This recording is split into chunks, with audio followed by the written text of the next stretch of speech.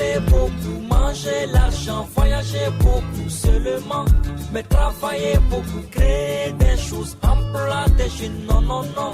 Les dirigeants africains, les dirigeants sont comme ça. Les grandes gueules. Bonjour à tous, bonjour à toutes, c'est le privilège, le ravissement tout au complet pour vous servir encore ce matin. C'est la dernière de cette semaine, l'équipe a été heureuse de vous servir depuis le début. Nous nous retrouvons donc à nouveau. Toute l'équipe est là justement pour vous aider à mieux comprendre l'actualité, vous aider à la déchiffrer, vous servir les leviers dont vous avez besoin pour cerner ces éléments de complication. Vous pouvez réagir à cette émission au hashtag espace GG pour vous qui êtes sur Twitter. Vous pouvez aussi tout simplement laisser votre réaction sur le live Facebook de l'émission sur la page Espace TV Guinée. Justement, on prendra votre avis, votre réaction et même vos remarques seront relayées dans le cadre de cette émission. Et puis au plus 224 657 39 13 13, le numéro s'est affiché au bas de votre écran. Vous pouvez réagir à cette émission. Vos avis seront relayés. On vous l'a dit depuis hier, le ministre de la Sécurité et de la Protection civile est notre invité de ce matin.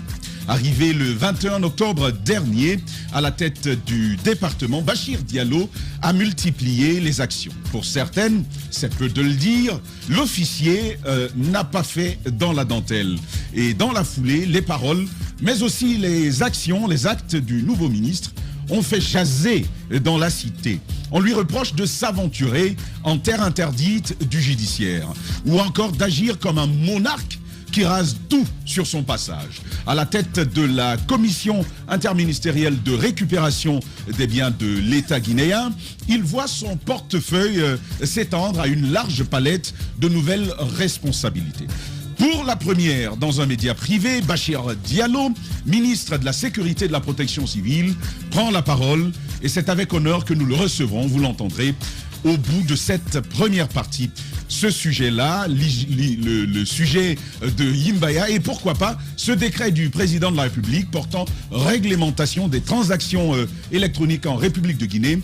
Un invité, il s'est déjà installé dans notre studio, le directeur général adjoint de l'RPT prend la parole dès ce début d'émission avec nous et puis pourquoi pas le sujet qui nous entretiendra vers la fin de cette émission et c'est avec mes amis des matins, la première, ce sera Maf. Bonjour Maf. Bonjour Tamba. Bienvenue. Merci, merci. Diba, sage comme toujours, bonjour. Bonjour Tamba et bonjour à tous. Antoine Kourouma, bonjour, bienvenue. Bonjour Tamba, bonjour à tous. Je sens qu'il y a un problème. Forcément, il y a un problème. Tu dois le sentir. Il y a un souci et je ne sais plus à quelle scène vouer parce que ce qui se passe en Guinée, ça devient... Je n'en peux plus Tamba. Il n'y a pas longtemps, nous parlions de femmes en danger dans les hôpitaux. Le cas Massila a été un cas illustratif et l'en est décédé malheureusement. Et désormais, après les hôpitaux... Ce sont désormais les lieux de culte qui ne sont plus un lieu, un lieu sécurisé pour les femmes. J'ai suivi le débat hier, c'est dans une mosquée. Hein. Dans une mosquée à Yimbaya, KB8. Et à côté, il y a des chambres où les imams peuvent se reposer dans la cour. D'accord, Caps, ça va? Ça va très bien. Tu vas bien? Très bien, très bien. Bienvenue. Merci. Bonjour. Parce que tu nous as pas dit bonjour. Non, j'allais venir à vous. Antoine a bloqué la balle en chemin. Bonjour, Diadia. Ça va? Ça va, Dieu merci. Bien maquillé ce matin. Oui, c'est elle qui m'a maquillé d'ailleurs. Donc si c'est mauvais, c'est pas la maquilleuse professionnelle. C'est Diadia qui s'est improvisé dans cette affaire-là. Allez-y, Antoine, vous êtes intéressé de plus près à ce dossier. On parle d'annexe. Moi, je ne parle pas de l'enceinte de la mosquée. Je parle de lieu de culte. Je crois que toute la cour fait partie de ce lieu de culte, dont l'annexe. On a suivi ce témoignage de la mère de cette jeune dame. C'est une jeune fille de 14 ans qui malheureusement est tombée enceinte à la suite de cet acte assez peu honorable provenant de ce imam. Parce qu'on dit que c'est le fils de l'imam, mais il officiait la prière à la place du père. J'apprends que le père est malade, c'est lui qui le remplaçait les vendredis à la mosquée. Il est aujourd'hui mis aux arrêts, il a 42 ans, 3 femmes, 7 enfants. Wow. Donc, la jeune dame de 14 ans, qu'on confie pour apprendre le Coran et tout cela, la mère dit qu'elle a depuis quelque temps constaté que sa fille a changé. Et en comportement, et en termes de physiologie. Donc, elle a tenté de comprendre ce qui n'allait pas. Sa fille se méfiait de lui à un moment donné. Donc, elle essaie de comprendre ce qui ne va pas. Elle approche, la jeune dame, la jeune fille refuse de lui dire ce qui ne va pas. Donc, le père prend l'initiative de lui parler. Et on envoie la fille à l'hôpital pour comprendre ce qui fait qu'elle est devenue aussi méfiante. On constate à l'hôpital qu'effectivement, la jeune fille est enceinte. On lui demande qui t'a mise enceinte. Elle dit que c'est l'imam qui m'a mise enceinte. Et donc, avant que le témoignage de la mère ne soit fait, il y a eu ces polémiques qui ont eu lieu, ces rumeurs. On a dit que c'était l'imam titulaire qui était à l'origine de la grossesse. C'est hier qu'on a appris que c'était le fils qui était finalement l'auteur de la grossesse. Dans l'un ou dans l'autre cas, il y a eu un acte assez malsain dans un lieu de culte. Ce qu'il faut dire, c'est qu'on n'est plus en sécurité. Et à l'hôpital, et dans les mosquées. Et dans les lieux de... Même pas à la mosquée seulement, dans les lieux de culte. Je généralise. Mais pour ce cas-ci, qui est la mosquée, je me dis que c'est assez révoltant. Que ceux-là qui sont censés nous apprendre la morale, qui sont censés nous mettre sur le droit chemin lorsqu'on est perdu, ce sont eux qui aujourd'hui sont au centre de telles polémiques. Un imam de surcroît, à mon avis, il faudrait que nous asseyions pour rediscuter. Cette histoire de viol, cette histoire de violence sexuelle, voire d'attouchement sexuel, devient de plus en plus récurrent. Il est important que le débat soit posé. Il faudrait que désormais, parce que j'ai vu hier des jeunes élèves manifester pour dénoncer cette pratique qui a lieu pour le cas de ce imam. Donc, je me dis qu'il serait important que la société guinéenne s'asseye pour discuter. Ce matin, je suis dépassé par ce que j'apprends. Lorsque j'apprends que c'est un imam qui est à la base d'une telle pratique, je ne sais plus quoi dire, Tamba. Je suis dépassé. On est en Guinée et désormais, nulle part n'est un abri pour personne. C'est décevant. Je pense que c'est une réalité. Mav, je ne sais pas si tu as vu notre amie Patricia Lama, qui a affiché une image, c'est une chaise. À l'intérieur, il y a un trou. Et puis il y a des ciseaux en dessous. Et elle pensait qu'il fallait un supplice comme ça. Oui, il y en a même qui proposent la castration chimique. C'est pour vous dire quand même qu'on est arrivé à un niveau où les gens pensent à des solutions des plus drastiques, ne serait-ce que pour quand même freiner ce qui est en train de se passer. Parce que parmi les cas de viol, les plus recensés sont des cas de mineurs, des bébés des fois qui sont violés par des adultes. Mais comment on en a vu de 3 mois, hein, des bébés de 3 à 4 mois, 5 mois. C'est quand même incroyable ce qui se passe. En fait, on est à l'abri nulle part. Et évidemment, c'est là le problème. Avant, on se précipitait, par exemple, pour mettre les enfants à l'école coranique. Mais avec des choses comme ça, comment y penser? Vous êtes mère d'une fille aujourd'hui, père d'une fillette aujourd'hui, vous ne savez même pas si votre enfant, lorsqu'il vous quitte à la maison pour aller à l'école, pour aller à tel endroit, comment elle va revenir. C'est assez compliqué. Je comprends ceux qui proposent des solutions drastiques. Jusqu'à présent, on pensait que c'était un problème de femmes. Chaque fois qu'on parle de viol, il y en a même qui riaient pour dire « Ah, vous les femmes, vous faites... » Mais au fait, les femmes sont les femmes, mais c'est avec des hommes que nous faisons des enfants. Lorsque vous banalisez le viol, peut-être que la personne dont il s'agit n'est pas votre fille, mais vous êtes appelé à faire une fille. Vous avez une mère.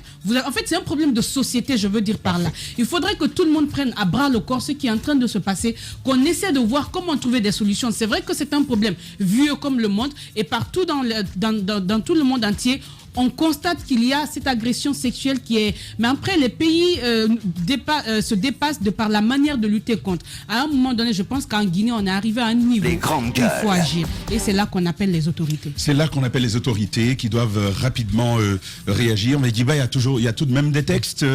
C'est assez réglementé, tout ça. Le malaise, finalement, de l'appareil judiciaire pose problème. En quelques secondes, rapidement. Justement, en fait, c'est un problème d'impunité. Je l'ai toujours dit, un acte impuni entraîne la commission d'un autre acte. Le viol, c'est un crime.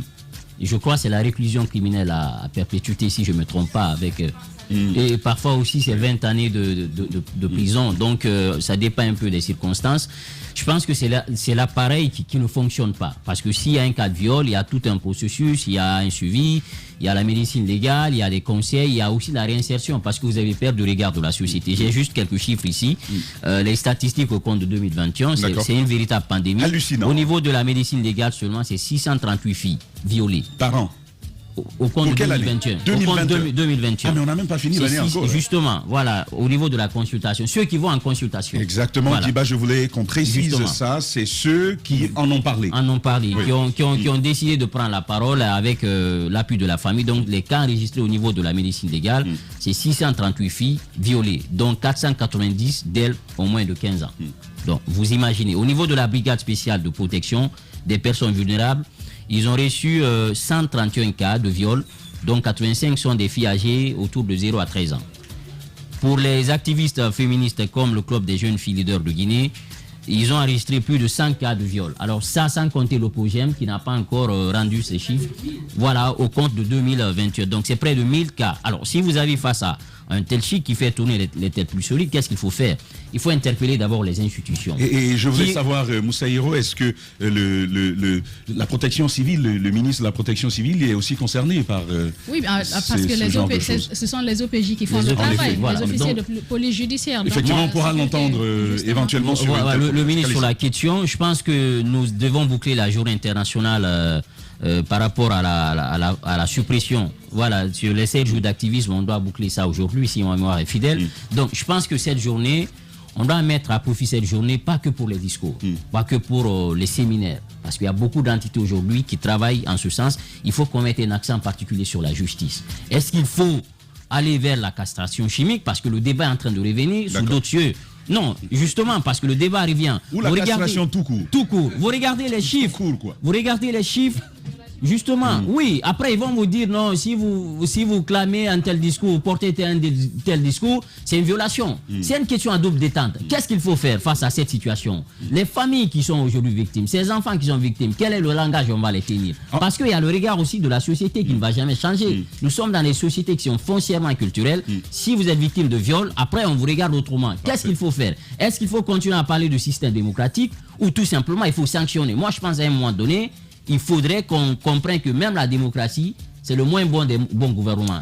La démocratie a ses limites. Il faut sanctionner. Dans nos sociétés, c'est le moins mauvais des pires. Il faut sanctionner à un moment donné. Parfait. Et sur la sanction, s'il fallait innover là-dessus, Moussa Hiro, vous qui êtes au cœur de ces combats-là, j'ai envie de dire castration ou pas, il n'y a pas de mauvaise loi en soi. Vous savez, en parlant de castration, c'est une autre violation des droits de l'homme. Nous avons des lois qui sont claires là-dessus. Écoutez, le code pénal est clair, mais il faut appliquer ce qu'on a déjà. C'est pas appliqué.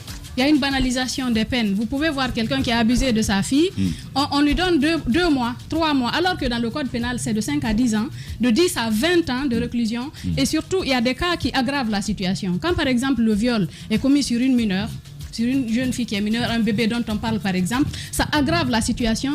Et quand le viol est suivi de meurtre, on peut aller jusqu'à la réclusion criminelle à perpétuité, c'est-à-dire vous passez votre vie en prison.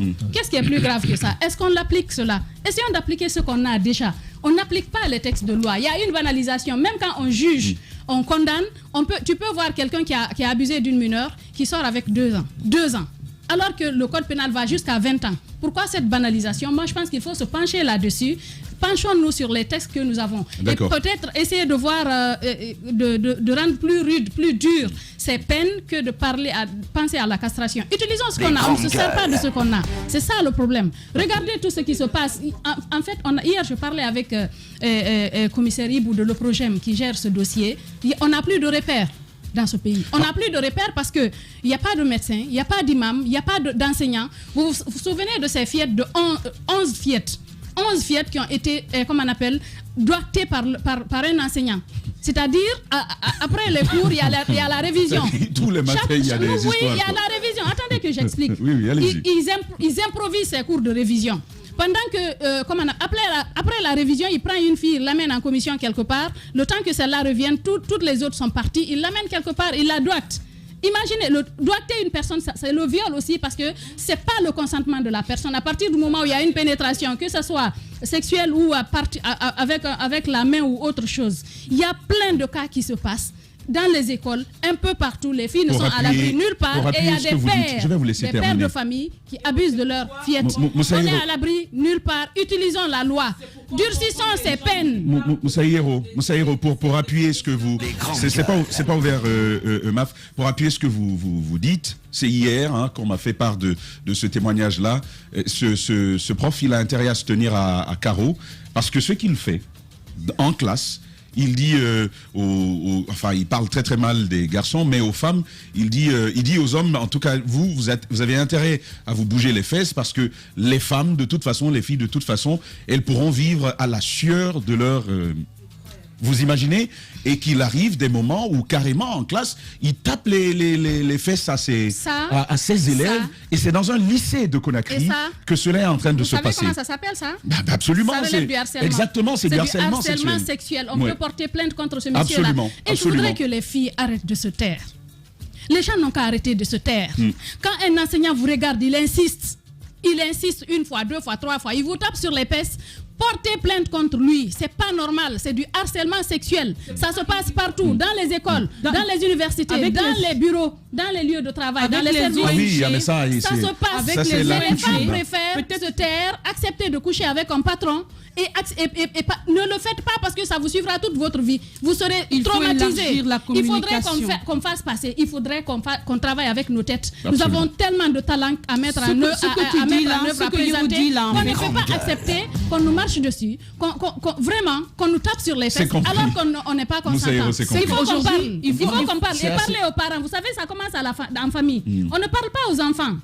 Nos parents ne parlent pas aux enfants. Ils font de la sexualité un tabou. Et les enfants le découvrent malheureusement dehors. Et finalement, avec des inconscients. Ils s'en mêlent totalement les pinceaux. Allez-y, je faisais la 7e année lorsqu'il y a une ONG qu'on appelait, je ne sais pas, SOS Réglo, j'ai oublié, mais en tout cas, ils venaient par moment, on leur donnait 2 heures dans notre programme, et ils venaient nous parler de sexualité. C'est là que, par exemple, moi, j'ai appris c'est quoi le capote féminin et tout. Je ne connaissais pas. Fémidon. Voilà. Il faut vraiment aller vers cela. Et justement, au niveau des ONG aussi, peut-être changer de stratégie, aller dans la communication, pas la communication pour dire aux gens, voici votre droit. Parce que Yero est arrivé à un niveau aujourd'hui où elle sait beaucoup de choses, elle peut parler à ses enfants. Mais allez voir ses parents qui ne savent même pas qu'il y a une loi qui les protège. Donc, il faut que les parents la sachent qu'il y a une loi. Après, on communique aux enfants, dans les écoles, dans les mosquées, dans les marchés, dans les quartiers. On peut aller dans les quartiers, on joue au football. Arrêter un match, se servir de cette tranche pour dire quelque chose, mais on ne le fait pas. On est plutôt dans dans les hôtels, pour les séminaires. Je pense qu'il faut aller. Il faut descendre un peu plus en bas. On pourrait gagner quelque chose en disant aux gens, voici ce que vous devez faire lorsque vous êtes menacé. Une communication ciblée, une communication pour le changement de comportement qui soit ciblée et qui prenne en compte justement tous les différents profils. Antoine disait quelque chose, mon cher Caps, tout à l'heure. Il disait, on n'est ni en sécurité dans les hôpitaux, ni en sécurité dans nos lieux de prière. Ah bah si je vous parle de l'église,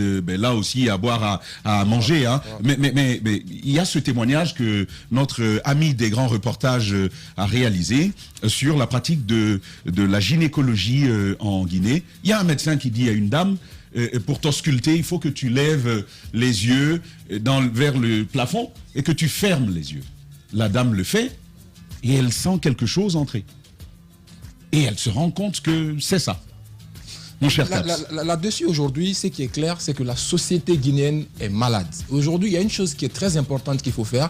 Il faut faire appel aux sociologues. Il faut que les gens s'asseyent aujourd'hui pour étudier le problème à sa source et comprendre qu'est-ce qui se passe dans la tête des gens qui mènent ces différentes pratiques. Le problème est étudié, mon cher. Cette fois, je pense qu'il faut aller à l'action. Il y a beaucoup de rapports sur la question du viol et des comportements de ce genre. Oui, effectivement. Je pense que c'est ce qu'il faut faire à la base et après aller vers l'application de nos textes de loi. Pourquoi? Il faut rappeler que la dame, la responsable de l'OPROGEM, parlait de la transmission d'à peu près 199 dossiers de viol à la justice qui mettent à la disposition de la justice. Et aujourd'hui, pourquoi on met assez de retard à pouvoir mettre ces dossiers à disposition de la justice? Pourquoi on met du temps à juger ces gens-là et à les condamner? Mais il y a une chose qu'il faut rappeler. Aujourd'hui, il faut que la société guinéenne même assume sa responsabilité, parce que c'est une responsabilité partagée, non seulement au niveau des parents, il y a la responsabilité parentale, il y a la responsabilité de l'enfant lui-même, mais également il y a la responsabilité sociétale. Et donc là-dedans, il est important que les gens aujourd'hui changent le regard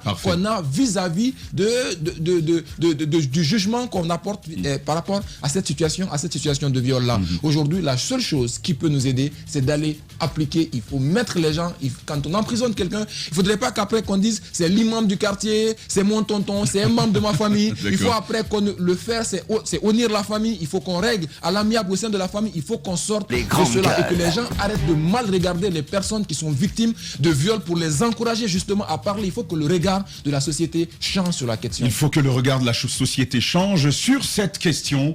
Beaucoup de choses à dire sur cette actualité et bien évidemment, nous la suivrons, nous continuerons de la suivre tant que Moussa Yero sera là. Transition. Il se passe dans la vie politique tant d'événements inattendus, bizarres, que la Guinée paraît fumer la moquette. Chez les GG, la politique, vie de société, les grandes gueules, pour l'intérêt de la Guinée.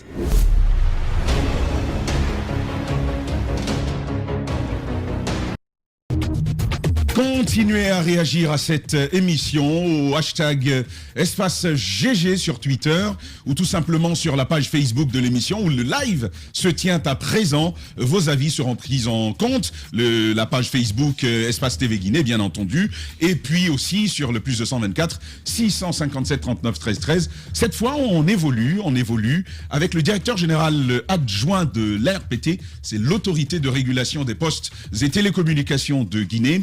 Monsieur Diaby, bonjour. Bonjour Tamba. Merci de vous prêter à nos questions. Il y a cette actualité qui est venue tard dans la nuit d'hier. Le président de la République qui prend un acte de réglementation des transactions électroniques en République de Guinée. Mais bien avant, on vous avait déjà entendu plus ou moins sur le sujet, Monsieur Diaby. Merci beaucoup Tamba. Bonjour à chers amis. Et bonjour à tous vos auditeurs. Mais si vous permettez, je voulais quand même réagir sur ce sujet de viol, parce qu'en fait, j'ai mal au cœur. Je pense que toutes ces histoires dépassent les frontières de l'ignoble. Je pense que ce sont des actes d'une rare violence. C'est une violence inouïe. Ils détruisent des vies. Parce que je suis père de famille. Je pense que notre société doit donc se libérer de cette gangrène qui la ronge. J'ai entendu Caps dire qu'effectivement, moi je suis favorable en effet qu'il y ait des assises, si vous voulez. Est-ce que ce sont des maladies? C'est un vrai phénomène. C'est un phénomène. Et il faut le saisir par les cornes. Moi je pense que oui, il nous faut que les sociologues y réfléchissent. Est-ce que ce sont des psychopathes qu'il faille mettre hors d'état de nuire? Parce que effectivement notre société est gangrénée par ces phénomènes aujourd'hui qui gangrènent notre société. Il faut que la société se débarrasse de cette gangrène qui la ronge. Merci encore une fois pour l'invitation. Donc pour revenir au sujet, Monsieur Tamba, c'est vrai que Monsieur le Président... Et d'ailleurs, c'est un correctif rapidement que l'on fait. En fait, il s'agit évidemment de l'imam. Antoine a bien raison de dire que c'est le fils, mais le père, semble-t-il, est décédé. Et donc le fils a repris le flambeau et donc c'est lui, l'imam, qui officie. Effectivement, il a 3 épouses et 7 enfants. Allez-y. Donc voilà, c'est scandaleux et je pense qu'il faut se débarrasser de ce phénomène. Donc merci beaucoup encore une fois. Sur le sujet des transactions électroniques, vous l'avez bien rappelé dans votre introduction, Monsieur le Président de la Transition, chef de l'État, a donc pris un décret hier pour donner mandat à l'ARPT de réguler les transactions électroniques dans notre pays. Je pense que ceci montre à suffisance, Tamba, que le CNRD met au cœur de la transition les TIC. Moi, je crois qu'ils ont raison, en fait. Parce que les TIC, si vous voulez, donc les technologies de l'information et de la communication, apparaissent aujourd'hui comme un atout pour faire face aux défis de la mondialisation, mais aussi un atout pour notre pays pour relever les défis du développement. Donc ces TIC apparaissent comme étant un vecteur de croissance et ce décret nous permettra, si vous voulez, d'identifier des niches fiscales et essayer de les fiscaliser. Nous avons besoin des ressources endogènes dans notre pays et en se reposant sur ces ressources endogènes, nous allons effectivement mener à bon train cette transition et pour les générations futures. Et justement, c'est monnaie électronique, c'est mobile money, c'est mobile banking, c'est les paiements électroniques. Également, ce sont les cartes monétiques, commerce électronique, transactions bancaires en ligne, etc. Alors, est-ce que vous êtes en train de nous dire ce matin que l'État ne percevait pas cela au niveau de ces sociétés? Quelle était la situation? Quelle était la situation? Malgré qu'en 2016, je crois, le président Alpha Condé avait pris un décret par rapport à l'adoption de la loi relative aux transactions électroniques de Guinée. C'est le texte d'application qui n'existait pas, c'est qui a été pris par le président de la transition. Merci beaucoup, Djiba, vous résumez très bien. En effet, il y a une loi en République de Guinée, c'est la loi 216-035 AN, relative aux transactions électroniques en République de Guinée. Comme vous l'avez bien rappelé, c'est qu'on a une loi, il faut maintenant les textes d'application de la loi permettant aux régulateurs, si vous voulez, de réglementer le secteur. Donc ce décret, c'est un petit peu, comme on appelle, le texte d'application de cette loi. Vous le disiez, vous le mentionnez aussi, c'est vrai, le régulateur ne percevait rien sur ces transactions électroniques. C'est un petit peu une injustice qu'on est en train... Expliquez-nous, vous dites que la Guinée, à travers la RPT, ne recevait rien. Expliquez-nous quels étaient vos dus. En fait, la RPT ne recevait rien. Vous savez, ces sociétés qu'on appelle en général SFM, ce sont des sociétés services finances mobiles. En fait, ils payaient tout ce qui est fiscalité de droit commun, c'est-à-dire l'impôt sur les sociétés, la TVA. La fiscalité générale. La fiscalité générale. Maintenant, en ce qui concerne la fiscalité spécifique, donc au secteur des télécoms, parce qu'il ne faut pas oublier que ces acteurs utilisent des supports de télécommunication pour effectuer ces activités-là. Donc, quand vous prenez le mobile money, c'est deux aspects. Il y a l'aspect money et il y a l'aspect mobile. Par exemple, je vous donne un exemple, pour faire une transaction mobile money, vous avez un code qu'on appelle le code USSD. Étoile, quelque chose, pour ne pas faire de la publicité à des sociétés ici, sinon Tamba me présentera la facture à la fin. Absolument. Donc, avec beaucoup de no pitching business. Voilà. Donc, ce code USSD, en fait, c'est Unstructured Supplementary Service Data. En fait, ce sont des données, comme on appelle, structurées, en fait. Ce sont des codes qui vous permettent d'effectuer des transactions. Vous n'avez pas besoin d'avoir une connexion Internet pour effectuer ces transactions. C'est le côté le plus important de ces codes-là. Mais effectivement, le régulateur mettait ces codes à la disposition de ces acteurs du secteur régulé, mais en retour, n'avait rien. Je ne sais pas si vous voyez ce que je veux dire. Alors que ce sont des ressources rares de l'État qui sont limitées dans le temps, ce qui veut dire que quand nous vous donnons ces ressources-là, on ne peut pas il y a des sociétés quand même qui brassent des milliards. Société pour finir là-dessus. Il y a des sociétés qui brassent des milliards avec ce...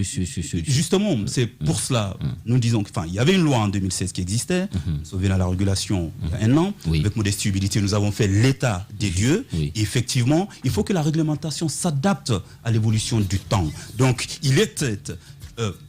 on dirait même nécessaire, indispensable, de prendre un tel acte pour permettre aux régulateurs justement de réglementer ce secteur-là. Parce qu'encore une fois, ce sont des niches fiscales qu'il faille fiscaliser pour que justement, parce que nous avons besoin de ces ressources endogènes. D'accord. Et mon cher pour pouvoir réguler tout ça, on sait aujourd'hui qu'il y a une faible bancarisation, on a l'analphabétisme qui fait qu'aujourd'hui, le seul moyen de paiement des e-commerce, de tout ce qui est commerce, achat de paiement en ligne, se fait forcément par le principe de mobile money. Aujourd'hui, c'est ce qui marche. Et maintenant, aujourd'hui, la réalité dans la question que je veux poser, comment se fait-il ou comment est-ce qu'on peut expliquer ou comprendre que l'agent régulateur que vous êtes ne puisse pas déjà savoir au prime abord que ces gens bénéficiaient un petit peu de ces montants-là et que derrière que vous pouviez prendre là-dessus. Et la deuxième question, là, c'est de savoir aujourd'hui, est-ce qu'aujourd'hui l'RPT a une idée ou une cartographie, par exemple, du nombre d'achat en ligne qui est effectué, parce que si on ne connaît pas aujourd'hui comment faire derrière pour pouvoir prélever des taxes ou des commissions sur chaque achat qui est effectué via le paiement. Merci beaucoup. Vous posez une question existentielle. Déjà, vous avez parlé du taux de bancarisation. Je suis d'accord avec vous que le taux de bancarisation dans notre pays est très faible. Il est aux alentours de 10%. Et quand vous prenez le taux de pénétration du mobile money, il est aux alentours de 40%. C'est très intéressant. Qu'est-ce que ça veut dire? C'est qu'aujourd'hui, il y a 40% de nos populations qui ont un compte mobile money. Nos concitoyens, je ne sais pas si c'est parce qu'ils n'ont pas confiance aux banques ou parce qu'il faut faire la queue, ou en tout cas, il y a des contraintes qui ne vous permettent pas d'avoir accès tout de suite à votre argent. Donc, les habitudes se sont déplacées. Il y a eu des mutations. Aujourd'hui, 40% de notre population qui utilise le mobile money. Donc, effectivement, il était indispensable de réglementer ces secteurs-là. Et quand vous posez la question de savoir est-ce que l'ARPT que nous sommes avions une idée de ces transactions-là, la réponse est oui. La réponse est oui. C'est ce qui est d'ailleurs hallucinant, si je puis m'exprimer ainsi. D'accord. C'est-à-dire, il y a des flux énormes, mais en contrepartie, l'État était lésé. D'accord. Moi, je vais vous donner la parole. D'accord, allez-y, allez-y. Sur la même chose. C'est comment, avec des cadres à l'ARPT, on sait qu'il y a là une rentrée d'argent et qu'on ne puisse pas immédiatement, dès le début de ces transactions en Guinée, permettre à ce que l'État gagne quelque chose. Parce que ce que vous dites, si vous permettez, la question de MAF est tellement... en fait, c'est ce qui est révoltant. Depuis toutes ces années, est-ce que vous confirmez que depuis qu'il y a ces transferts monétaires en Guinée, ces transferts électroniques, on n'a jamais rien reçu en termes de recettes fiscales là-dessus? En fait, votre question est concomitante à celle de MAF. En fait, quand vous faites la régulation, quand vous avez des nouvelles activités, ce sont des nouveaux produits, ce sont des nouveaux services. Vous savez, le régulateur est là pour défendre l'intérêt des trois parties, l'intérêt de ceux-là qui investissent, parce que il faut mettre en place un environnement favorable aux investissements. Donc eux, ils investissent. Il faut défendre les intérêts de l'État, mais aussi des utilisateurs finaux. En fait, c'est pas que ça soit réellement scandaleux. Il faut laisser les acteurs développer leur activité, n'est-ce pas, pour qu'il y ait création de richesse. Et quand une richesse est créée, il faut la partager. Non, vous voulez dire, voulez dire que c'était comme stratégique et que c'était le bon moment d'agir? En fait, c'est encore une fois, ce sont de nouveaux métiers. Le mobile money a été lancé il y a 5 ans. En fait, tout ce qu'on veut comprendre, M. Gassama, c'est à quel moment on devait commencer ce qu'on est en train de faire là pour pouvoir gagner quelque chose. Vous savez, l'administration, c'est une continuité. Je vous dis, nous sommes arrivés il y a 1 an. Nous avons fait l'état des lieux. Moi, je ne suis pas là pour, vous voyez, distribuer des bons points et des mauvais points à mes prédécesseurs. Je pense que vous venez, vous tracez, vous prenez une règle, vous tracez la ligne et vous avancez. N'est-ce pas? Il y avait effectivement des niches fiscales, comme je disais, qu'il fallait fiscaliser. Et les transactions électroniques font partie. Je suis passé ici la dernière fois avec un syndicaliste qui était contre une décision, enfin un arrêté qui avait été pris par le ministre des Télécoms d'alors pour, n'est-ce pas, élargir l'assiette fiscale. Et aujourd'hui, ça nous permet d'avoir plus de 20 fois ce que les opérateurs payaient avant. Donc, je pense que le régulateur, encore une fois, c'est ce qu'on appelle en anglais les sandbox. Vous laissez les acteurs se développer leurs activités, et par après, vous leur appelez, venez sur la table. Maintenant que la richesse est créée, partageons la richesse. D'accord. Alors, il y a une question, Moussa Hiro, je vais te donner la parole pour la dernière question. Je pense qu'on nous en voudrait de ne pas vous poser cette question. Qu'est-ce qu'on perdait concrètement? Par exemple, sur, moi je vais dire les noms, Mobile Money, Orange Money, en termes de recettes pour l'État guinéen, en une année, qu'est-ce qu'on perdait et qu'est-ce qu'on est en train de pouvoir gagner grâce à ce décret-là? Est-ce qu'on avait besoin de toutes ces années pour l'expérimentation? Parce que de 2016 à maintenant, ça fait quand même 5 ans, je crois. Est-ce que des années, par exemple, ne pouvaient pas suffire pour l'expérimentation, pour permettre à ces sociétés d'expérimenter, de voir ce qu'elles ont pu gagner, pour enfin faire en sorte que... Non, mais c'est ce que je dis. Je ne pense pas qu'il faille parler de l'histoire. Je vous dis que l'administration est une continuité et que je suis d'accord avec vous. Oui, qu'il fallait prendre des décisions. Je n'étais pas à la régulation. Mais je dis, il ne sert à rien de distribuer des bons points et des mauvais points à nos prédécesseurs. Enfin, je veux dire, ils ont fait le travail qu'il fallait parce que cette loi a été votée à l'Assemblée nationale en 2016 sous leurs autorités. Donc, aujourd'hui, l'État c'est pas qu'on perdait, c'est juste du manque à gagner. En fait, qu'il y a eu des évolutions. On ne perdait pas. Parfait. Une société, je vous disais que les sociétés, notamment pour finir là-dessus, les sociétés sont soumises à la fiscalité de droit commun. Ils payaient déjà une fiscalité à l'État. Il y a la taxe, les taxes sur les activités financières qu'ils payent à la Direction nationale des impôts. Mais je disais qu'au niveau comment on appelle, du régulateur télécom, on ne gagnait rien, alors qu'on ne mettait des ressources de l'État. Mais vous n'avez pas répondu à cette question. Combien est-ce qu'on perdait et combien est-ce qu'on pourra gagner, par exemple, sur une année? On ne peut pas, en fait, encore une fois, c'est pas le mot perdre, si on est d'accord. Parce que perdre, c'est comme si c'est en même temps un manque à gagner, c'est toujours une perte. Mais c'était un manque à gagner. Mais qu'est-ce qui va poser la question comme ça? Et qu'est-ce qui va se passer désormais? On va l'écouter terminer sur ça. En fait, on a encore 2 minutes, 2 minutes avec vous. Allez-y. Je pense que vous posez. En fait, si vous voulez, vous ne pouvez pas faire un calcul comme cela. Qu'est-ce qu'on perdait? Aujourd'hui, l'activité est fructueuse. Maintenant, il y a des textes légaux et réglementaires qui sont en place. L'arrêté, le décret ne mentionne pas le montant de la redevance à payer. Il faut justement regarder l'activité en profondeur et travailler avec ces acteurs-là. Le but de régulateur, c'est de ne pas pénaliser ces gens-là. On imagine bien, et ça va être le dernier mot malheureusement, Djiba, parce qu'il est temps de recevoir notre invité. Alors, c'est de savoir... Djiba, mais vas-y alors. Voilà, parce que ça a suscité beaucoup de débats dans ce studio. Au niveau des sociétés téléphoniques, ils estiment qu'ils sont parmi les Antilles les plus taxés au monde. Et vous, déjà, vous avez pris le contre-pied. Ils disent que la contribution fiscale du secteur mobile est très élevée et disproportionnée par rapport à son poids dans l'économie guinéenne.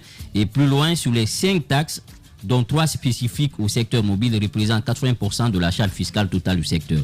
Taxe sur la consommation téléphonique, TCT, taxe sur la valeur ajoutée, impôt sur les sociétés, redevance sur les faisceaux hertziens et surtaxe sur les appels internationaux entrants. Alors, vous dites... Djiba. Voilà. Oui, Djiba, juste des précisions, c'était important. D'accord. Je veux, s'il vous plaît, c'était important, voilà, justement. C'est une question très très intéressante. 2 minutes. Vous pouvez lancer le chrono. Allez-y. Parce que je pense que c'est vraiment une question qui est très très intéressante. Je pense qu'il y a une mauvaise foi de nos acteurs. La fiscalité du secteur des télécoms en Guinée est raisonnable. Je vais vous prendre un exemple d'une société qui nous dit qu'elle est taxée à hauteur de 64%. Alors, une société qui est taxée à hauteur de 64%, donc il lui reste combien? Il lui reste 38%, n'est-ce pas? Il nous dit 36 autant pour moi, il a investi 18%. Donc il lui reste 18%. Dans les 18% qui lui restent, il paye des dividendes, il dit qu'il a reversé des dividendes, il s'est acquitté de ses cotisations sociales, les charges patronales, il a payé les salaires.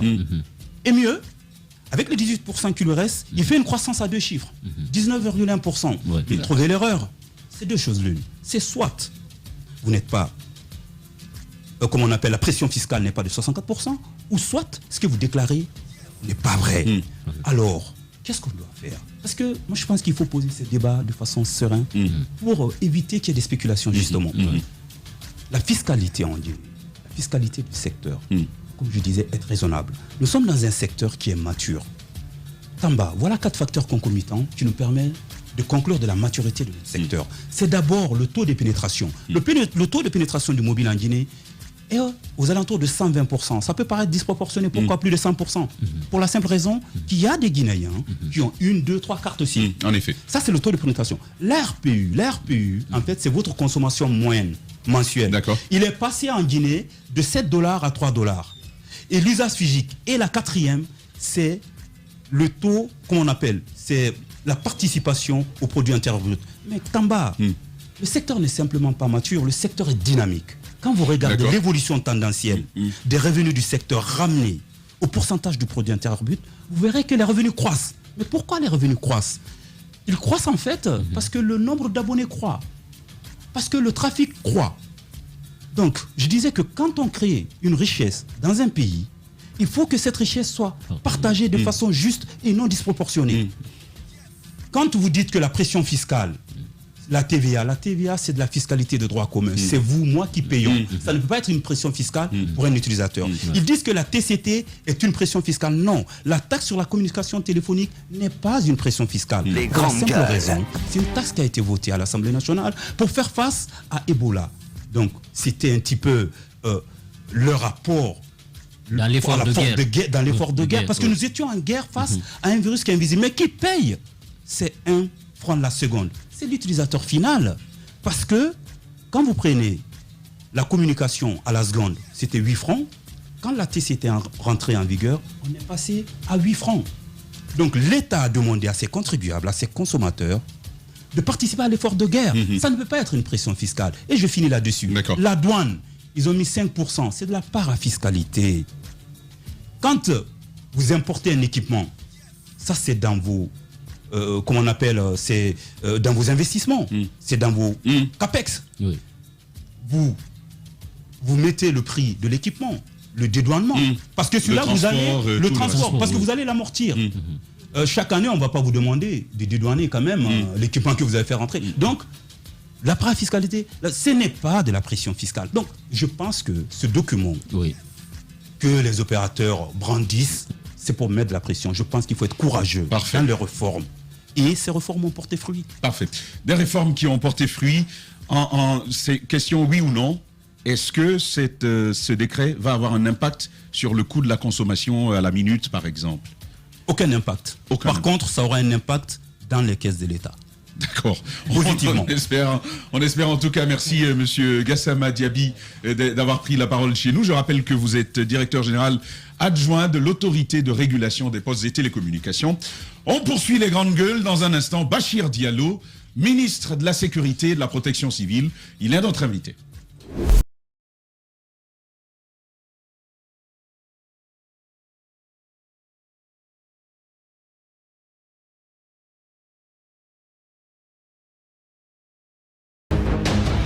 Voilà, retour donc dans ce studio. Nous vous l'avons annoncé, le ministre de la Sécurité et de la Protection civile est notre invité ce matin. Il est arrivé au gouvernement le 21 octobre dernier. Bachir Diallo a multiplié des actions depuis. Et pour certaines, c'est peu de le dire, l'officier n'a pas fait dans la dentelle. Il n'y est pas allé de main morte. Il n'a pas fait les choses par le dos de la cuillère. Et dans la foulée, les paroles, mais aussi les actes du nouveau ministre ont fait jaser dans la cité. On lui a reproché notamment de s'aventurer en termes interdits du judiciaire, ou encore, et c'est une accusation qu'on lui porte, il est notre invité, il nous dira ce qu'il en est. Il aurait agi en monarque qui rase tout sur son passage à la tête de la commission par ailleurs interministérielle de récupération des biens de l'État. Il voit son portefeuille s'étendre à une large palette de nouvelles responsabilités. Pour la première fois, Bachir Diallo, ministre de la Sécurité et de la Protection civile, nous fait l'honneur d'être reçu dans ce studio. Monsieur le ministre, bonjour. Bonjour mesdames et messieurs. Merci d'accepter cette invitation. Mafoudia pour la toute première question. C'est même pas une question, c'est une réaction. Ce sera une doléance. Parce qu'il y a, quand on a annoncé son arrivée sur ce plateau, il y a beaucoup qui ont demandé à ce qu'on puisse décrocher un sourire. Parce que sur toutes les photos, c'est avec le ministre, il y a aucun sourire. Là, il nous demande, ce sera le cadeau de l'année. Ben voilà. On a le sourire du ministre. Donc l'émission, elle est réussie, hein, parce que le ministre a souri ce matin. Bon, les gars, qui pour la première question? D'accord, Antoine Koroma, c'est avec vous. Merci d'avoir accepté l'invitation, monsieur le ministre. On est très heureux de vous recevoir dans ce studio. Pour commencer, dites-nous comment se porte le ministère de la Sécurité depuis votre arrivée. Merci beaucoup.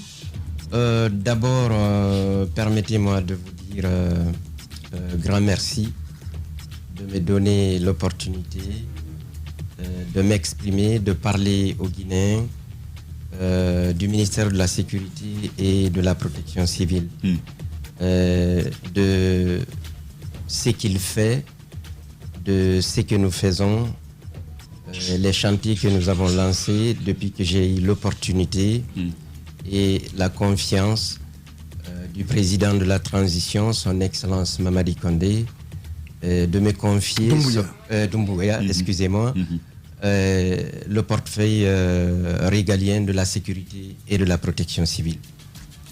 Au fait, lorsque j'ai été nommé à la tête de ce département, quand je suis arrivé, je ne dirais pas que j'ai trouvé un vide, mais c'était proche d'un vide.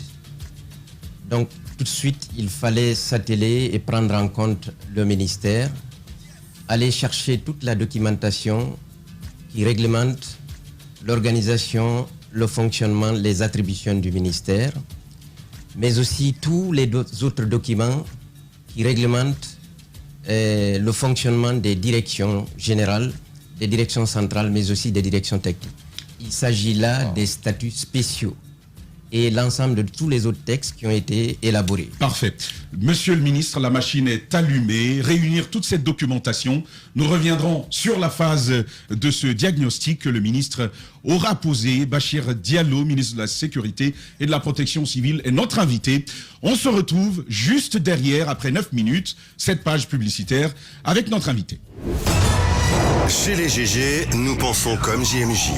Dire la vérité. La vérité, qu'elle plaise ou qu'elle blesse, est une pertinente attitude de sagesse. Le journalisme est la plus grande aventure humaine car il est mission, passion, vision, interrogation, immersion, quête de vérité et conquête d'objectivité. Écoutez les GG tous les matins sur Radio Espace en simultané sur Espace TV, Espace Région Bokeh, Labé, Zérékoré, Kindia sur 99.7, Cancan sur 99. Les grandes gueules sur Espace ou la messe des sans-voix.